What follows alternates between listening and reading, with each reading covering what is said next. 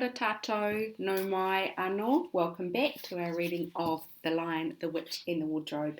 And we're up to chapter 9, part 1, which is called In the Witch's House.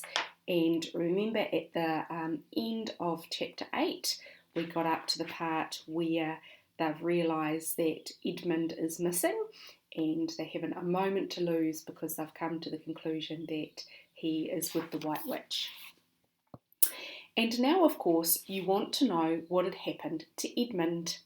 He had eaten his share of the dinner, but he hadn't really enjoyed it because he was thinking all the time about Turkish delight. And there's nothing that spoils the taste of good ordinary food half so much as the memory of bad magic food.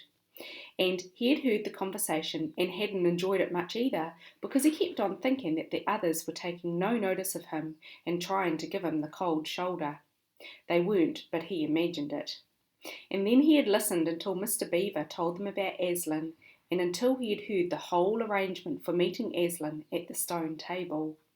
It was then that he began very quietly to edge himself under the curtain which hung over the door. For the mention of Aslan gave him a mysterious and horrible feeling, just as it gave the others a mysterious and lovely feeling. Just as Mr. Beaver had been repeating the rhyme about Adam's flesh and Adam's bone, Edmund had been very quietly turning the door handle, and just before Mr. Beaver had begun telling them that the White Witch wasn't really human at all, but half a djinn and half a giantess, Edmund had got outside into the snow and cautiously closed the door behind him. You mustn't think that even now Edmund was quite so bad that he actually wanted his brother and sisters to be turned into stone. He did want Turkish delight and to be a prince, and later a king, and to pay Peter back for calling him a beast. As for what the witch would do to the others, he didn't want her to be particularly nice to them, certainly not to put him on the same level as himself, but he managed to believe, or to pretend he believed, that she wouldn't do anything very bad to them.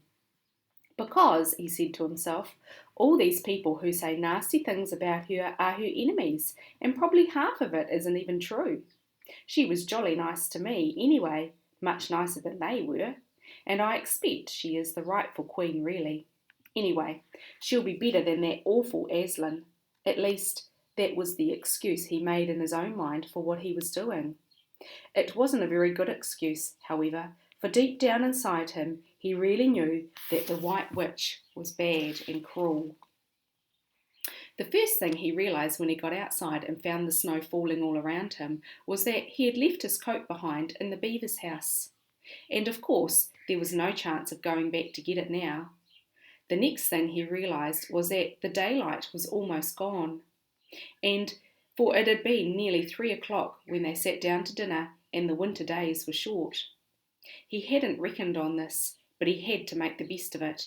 So he turned up his collar and shuffled across the top of the dam. Luckily it wasn't so slippery since the snow had fallen, to the far side of the river. It was pretty bad when he reached the far side. It was growing darker every minute, and what with that and the snowflakes swirling all around him, he could hardly see 3 feet ahead. And then, too, there was no road. He kept slipping into deep drifts of snow and skidding on frozen puddles and tripping over fallen tree trunks and sliding down steep banks and barking his shins against rocks till he was wet and cold and bruised all over. The silence and the loneliness were dreadful. In fact, I really think he might have given up the whole plan and gone back and owned up and made friends with the others if he hadn't happened to say to himself, "When I'm king of Narnia, the first thing I shall do will be make some decent roads."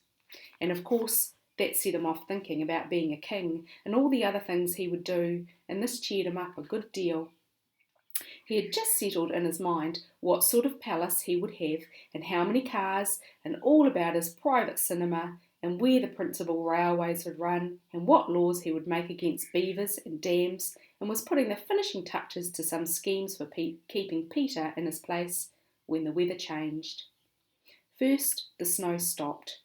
Then a wind sprang up and it became freezing cold. Finally the clouds rolled away and the moon came out. It was a full moon, and shining on all that snow, it made everything almost as bright as day. only the shadows were rather confusing. And there's a picture of Edmund going through the snow in the woods, tripping and stumbling and trying to find his way to the Queen. He would never have found his way if the moon hadn't come out by the time he got to the other river. You remember he had seen, when they first arrived at the Beavers, a smaller river flowing into the great one lower down. He now reached this and turned to follow it up, but the little valley down which it came was much steeper and rockier than the one he had just left, and much overgrown with bushes, so that he could not have imagined it at all in the dark. Even as it was, he got wet through, for he had to stoop under branches, and great loads of snow came sliding off onto his back. And every time this happened, he thought more and more how he hated Peter, just as if all of this had been Peter's fault. But at last he came to a part where it was more level and the valley opened out, and there, on the other side of the river, quite close to him, in the middle of a little plain between two hills, he saw what must be the White Witch's house. And the moon was shining brighter than ever. The house was really a small castle. It seemed to be all towers, little towers and long pointed spires on top. Sharp as needles, they looked like huge dunces' caps or sorcerers' caps, and they shone in the moonlight, and their long shadows looked strange on the snow. Edmund began to be afraid of the house. But it was too late to think of going back now. He crossed the river on the ice and walked up to the house. Here's a picture of the witch's castle, Edmund looking at it. There was nothing stirring, not the slightest sound anywhere. Even his own feet made no noise on the deep, newly fallen snow. He walked on, past corner after corner of the house, and past turret after turret to find the door. He had to go right round to the far side before he found it. It was a huge arch, but the great iron gates stood wide open. Edmund crept up to the arch and looked inside into the courtyard, and there he saw a sight that nearly made his heart stop beating. Just inside the gate, with the moonlight shining on it, stood an enormous lion crouched as if it were ready to spring. And Edmund stood in the shadow of the arch, afraid to go on and afraid to go back, with his knees knocking together. He stood there so long that his teeth would have been chattering with cold, even if they had not been chattering with fear. How long this really lasted, I don't know, but it seemed to Edmund to last for hours. There's a picture of him looking at the lion